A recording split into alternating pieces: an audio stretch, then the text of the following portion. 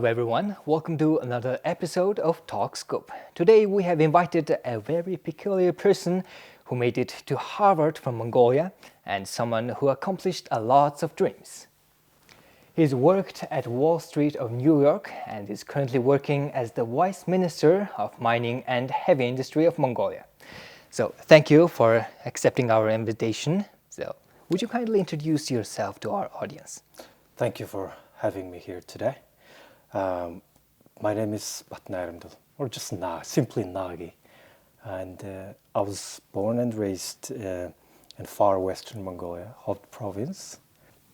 So, as our first part of questions, let's start with where you were born and how did you grow up? So, as you said, you grew up in Hoth province. So, you must have had lots of dreams as a child. Would you kindly talk about that part of your childhood? Sure. So I was born in Jarakluntsum, so which is basically the center of Hoth province, and that's where I spent most of my childhood. I guess my childhood was during the transition period, right? I was born in a socialist country, and then I think when I was 7 or 8. The entire country sort of transitioned from socialist economy into free market economy, right? Right. So all of a sudden, just one day you woke up and everything was so different. I used to spend, especially summer times, in the public library, which was very close from my home, and I still remember. So in Hoft we had this small public library, 2-floor, and the first floor was dedicated for children. So it was children's section, and then I basically read the entire book collection in the children's section, and then I tried to go into the second floor, which was the adult section, but I wasn't allowed to go there, obviously. And then I had to figure out a way to get into the adult section so that I can actually read more books. Right. It's kind of funny. And then I befriended with the librarian ladies, and basically become their summer sort of assistant. Right. And then that's how I was sort of introduced to the second floor, and then I really enjoyed reading books. And then I think which later sort of impacted, who I would become or what I wanted to share later. So how did you manage to find the time to spend all the time in the library? Because you must have had lots of chores back home. How did your parents allow you to go there? No, I mean, it was, okay, especially I guess growing up in small town in Hof, there's nothing else to do, right. Especially during summertime. And that probably the only thing open is the library, and right. And then plus probably not a lot of kids go there, and that was my favorite thing to do. Right. So what made you to dream about studying abroad? Because maybe it was because of the books. So during the transition times, not many people knew they could study abroad. Maybe even in USA, they could probably study maybe in socialist countries, but not in. Yeah, that wasn't really my dream. I mean, that was like way above what I could dream, I guess, growing up in a small town, right? Right. But I guess really opportunity presented itself. So when I was in 8th grade, I participated in National Math Olympics, representing my region or my province, and that's where I got a scholarship to study in the capital city, and so upon the completion of my 8th grade in Hoft, so I finally went to the capital city to study at Mongolian Turkish high school. Right. And I guess looking back, that was really the starting point. And that because in Ulaanbaatar, when I was at that Turkish high school, that's where I realized, or at least I learned from my fellow students, from my teachers, that you could actually dream to study abroad, and right. It was possible. So you received a total of $300,000 worth of scholarship. So how did this start? How did you make this opportunity for yourself? Mm-hmm. Yeah, sure. That's actually a very good question because just coming from Hovd, I'm from just average Mongolian family, you know. I Right. guess so. During that time, my family didn't even own a car, and then studying abroad by paying full tuition or expenses, that would not have been possible at all. Right. That would be kind of a dream that would be impossible to reach. But I think what I realized was, especially when I was at the Turkish high school, and that's where I realized that you could actually study abroad with full scholarship. There is Right. a thing called actually scholarship that you can compete to have it, and I was very lucky to have that opportunity to study at the United World College in Norway, but with full tuition paid, meaning full scholarship. Right. And that was first time I kind of realized actually you could, as long as you qualify, you could study abroad without worrying about financial expenses that you have to incur. That was quite an eye-opening experience Right. for me because, but without that, it would have been impossible. So, from which country did you receive these scholarships? Did you apply for Mongolian ones or the It's ones all from it's abroad? all abroad. So Right. I received full scholarship at United World College in Norway with scholarships received from the Nordic governments, and then later on I studied at McAllister College in the U.S. It's a small liberal arts college, which covered my entire 4-year tuition and expenses. Right. And that's where I actually received Kofi Annan scholarships, interestingly. And Kofi Annan, as we know, former Secretary Yeah. General to the United Nations, was the first student from Ghana to be accepted at McAllister College, and I was the first Mongolian student Right. to be accepted at McAllister College. Oh, that's wonderful. Would you kindly tell us more about that part? Sure, yeah. So when I was at the United World Colleges, and a lot of my fellow classmates were applying to schools in the United States, and then which was completely new to me. Right. And the McAllister was one of the colleges visited our campus and sort of introduced about college life and what's required, and actually I really liked that college, and so I applied in early decision, which means I applied to McAllister College, I guess with a priority, and then when I was accepted, obviously the second question is, okay, how was I gonna pay? Right. That All the tuition. the and all tuition, the I think, which was expenses. something like $160,000 Right. for 4 years, right? So obviously that's a kind of amount that I can't even fathom, But luckily I got a scholarship, and then so at McAllister College there is a Kofi Annan scholarship reserved specifically for international students with academic excellence, and then I still remember that instance, when I shared that news with my parents. And I still remember because my parents were in Hovd. It's a summertime, so in 2004. Yeah, Right. summer in 2004. And then I was trying to explain, okay, Mom, Dad, I got accepted to this college, and then I'm going to study in the fall. And then my parents were like, okay, so how are you going to pay going to America? It's very expensive. How are you going to pay even to your airfare ticket, Right. And then, I had just basically one piece of paper saying, okay, this is how much a scholarship you receive per year from McAllister, right? Right. And then I still remember my dad was trying to figure out, okay, how much that scholarship was worth in local currency, because for them it was just hard to understand $160,000. That's just Right.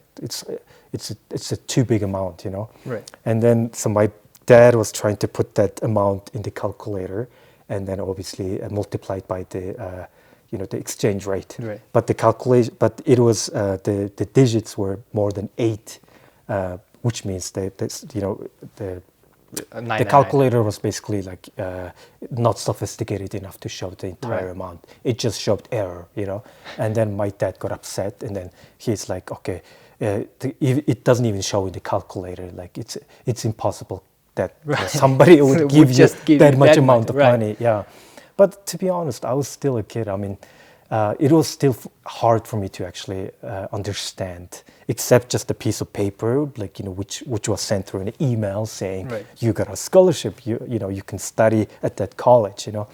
And still deep in my mind, I was having a hard time actually to really believe in it until I landed in St. Paul. Right. And then at the airport, and where college representative actually came and picked me up, and that's when actually I still remember that moment. Okay, this is actually real. Right. So, Yeah, what did you feel when you were about to depart? Like, were you afraid, or were you really excited for the future? I mean, I was of course I was in ecstasy. I was super excited, but at the same time, still there's a fear that what if it's not true, or I don't know. Just when I was a kid, though, I sort of had this internal battle, like with lots of questions, like what if just coming from small province in Hovd, and actually having this kind of dream that a lot of times I was even ashamed to share with Right. with my classmates or with my friends, because they would think I was kind of dumb to have such a dream. And it's so lots of what if questions in my head, but So- until I got there. Thank you for that. Now let's take a look at your photo introduction.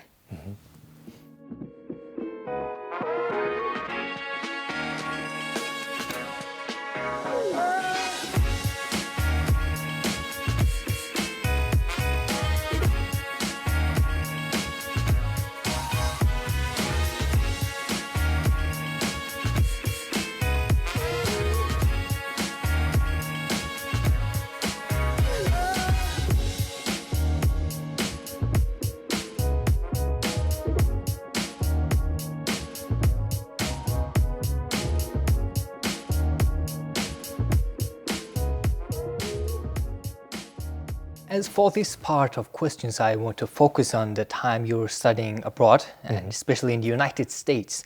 So you studied in Harvard University. And obviously, as one of the best schools in the world, they must have had lots of competition. So how did you manage to get a scholarship there and study over there? So when I was at Macalester College, so I studied economics, and so that's before 2008, before the financial crisis, basically. Right. I had this dream.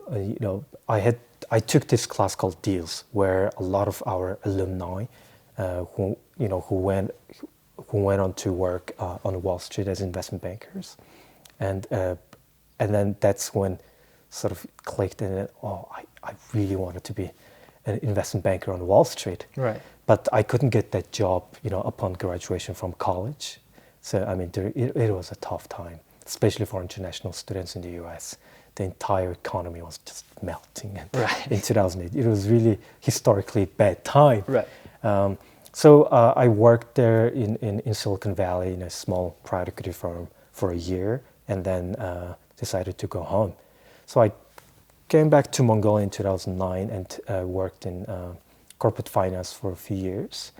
But that just the idea of, or the dream of actually, working as an investment banker on Wall Street just never left me.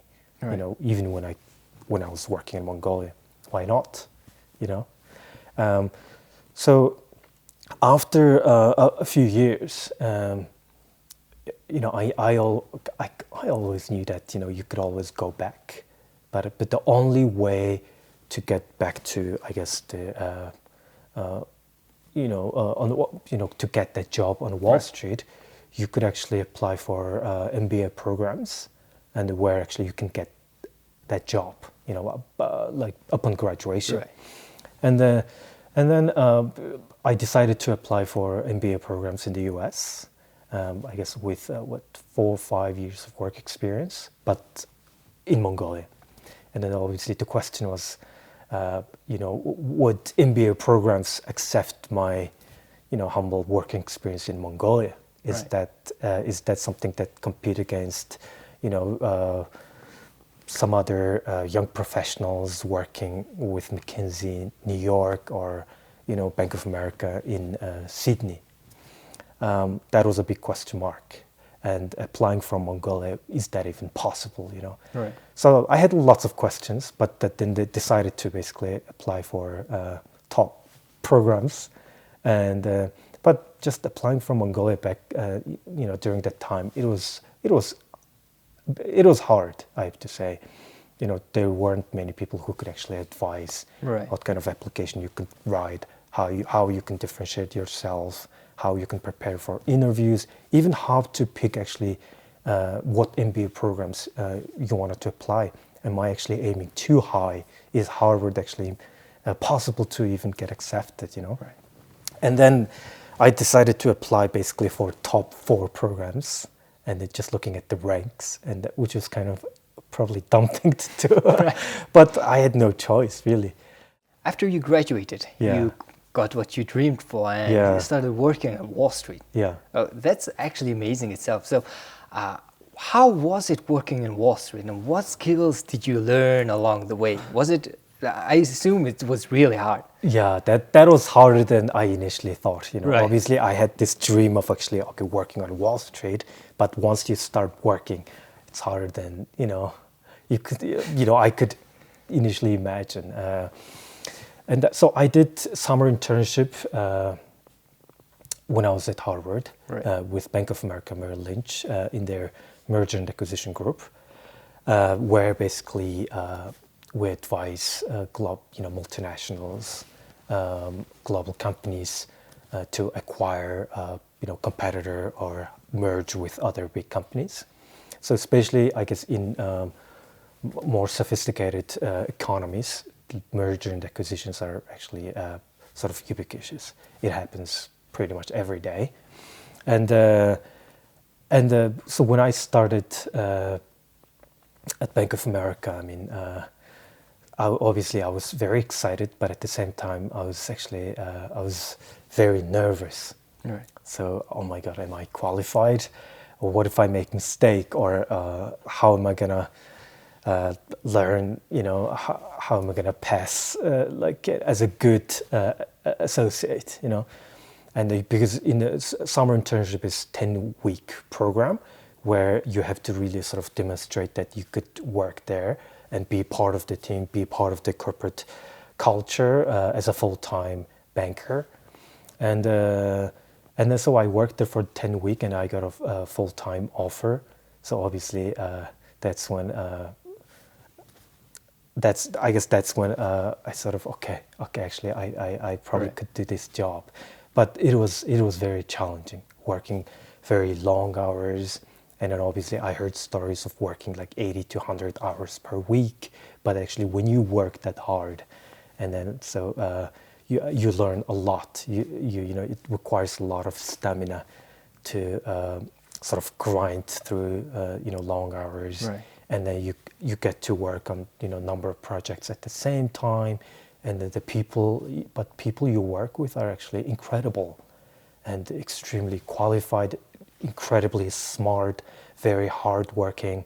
And actually, I learned a lot. The culture itself is very much kind of, teamwork oriented and Right. being part of the team. I mean, I had to catch up a lot. I had to learn a lot to be sort of, to reach the level that the team was kind of Right. functioning, just working, with different teams from different parts of the world. What made you decide to return to your homeland and work here? Yeah, that's a good question. Right. So I was a still investment banker in Bank of America's Sydney office. So I used to cover natural resources. So the likes of BHP, Anglo American, or Rio, global mining companies we used to advise. So when I was banker in Sydney, I've started this project, Unlock Podcast. So where with two of my friends back then, I guess So they were commodity trader in Tokyo and then management consultant also in Tokyo. So the three Mongolian young professionals working abroad, and we decided to start this podcast where we, bi-weekly we read non-fiction bestsellers, Right. and then talk about those books in sort of in 1 hour conversation on a podcast platform to share with Mongolians, basically in Mongolia and around the world. And that's when basically I started reading sort of books with kind of difficult questions. What is it that I want to do with my life? How do I see my long-term career? And what's meaningful to me? Right. Started asking those big questions during that time, and read a bunch of books and basically looking for answers. But I mean, the answers are always deep down, I guess, in my heart. And then, sort of, it made sense actually to go home after, I guess, 12 years of living, working abroad. Especially, I guess, when you're working as an investment banker, you're working very long hours. Right. You learn a lot, and a quite comfortable life. I mean, you get to earn enough salary to live comfortably. I paid off my student loan, and then it really came to a point where I wanted something more meaningful, with a purpose out of my career, and that was actually everything kind of directed to basically Mongolia. Right. And so when I decided to come back, I mean, I didn't have any job offer. I wasn't quite sure what I was gonna do in Mongolia, but I knew deep down that was the best choice I've made. So that's really wonderful to hear that you decided to come back and share all your expertise and everything to improve and contribute to the development of your homeland. So let's take a look at how you work daily, and let's take this interview to your office. One of the things I'm very much focused on right now is the potential establishment of a sovereign development fund. So if you look at many other successful resource-rich countries, then the question is, how do we manage the additional income generated from natural resource sector into diversifying the economy and moving the other necessary mega infrastructure projects outside the scope of state budget. That's where basically the idea, the concept of a sovereign development fund comes in. On these parts of questions, I would like to focus on what you are doing in Mongolia right now and what are your future plans. As our first question, I would like to ask that as a Vice Minister of Mining and Heavy Industry, how do you see the mining sector of Mongolia is going? Mining has been one of the key industries in the last few decades. I mean, even if you look at the last 30 years, I would say that we had quite a development in that sector. We have been able to bring large deposits into operation, and we see the benefits. And but at the same time, so those 30 years, it's been mostly about mining, basically extracting. Right. And then, but the way I see the future, or the next 30 years, as a sector, we really have to focus on processing and then producing more value-added products, really going into the next level in terms of development for the sector. So let's talk more about your hobbies in a different location. Mm-hmm. We choose basically international bestsellers in non-fiction category, but in so many different areas: psychology, biographies, history, economics, management. But we think that in Mongolia, especially among Mongolian young people. What's interesting is that the most well-reached episodes are mostly about psychology and self-help books. And then I think that's where we see sort of this educational or self-help gap, and we try to fill that gap for young Mongolians. What are your future plans? What do you think what are you dreaming of accomplishing in the future? The way I see the future for myself is always related to future for this country. Right. And then, so for example, working at the Ministry of Mining and Heavy Industry, and then the projects I'm involved in, policy making that I'm involved, I find actually a lot of meaning out of this, and just kind of impacting the decision making and in terms of policy, and maybe some little changes could actually make a lot of difference for this country, that could impact the people and the development of this country like directly. And that's the difference between working in home country versus working in global investment bank in New York, let's say. I'm one of the 250,000 employees at Bank of America, and then like how much difference impact or am I making? Is that actually meaningful to me? Whereas working in as Vice Minister of Mining and Heavy Industry in Mongolia, and impacting those policy making and decision making, that impacts people's everyday life or the future of this country, and I find a lot of meaning. And then I think what's certain, at least what I'm sure, at least I hope for my country, for my future, is actually do something actually that is meaningful. And so whenever I think about my future, actually, it's funny. I always think about this teenager or kid growing up in far western Mongolia in Hovt. How can you give him or her an opportunity to actually grow up as a successful Mongolian student, or how can you actually okay, hold on. 이거 졸랐어 일단 okay. Би дахиад нэг хариулж. Түүнээс үйлчлүүлээ. Okay.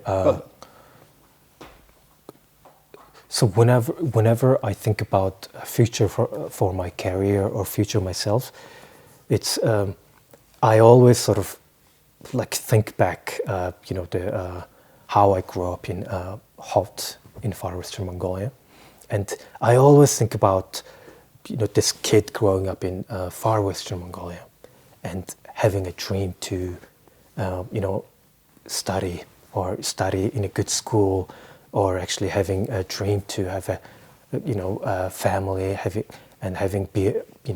being able to provide for his or her family, reaching his or her dreams.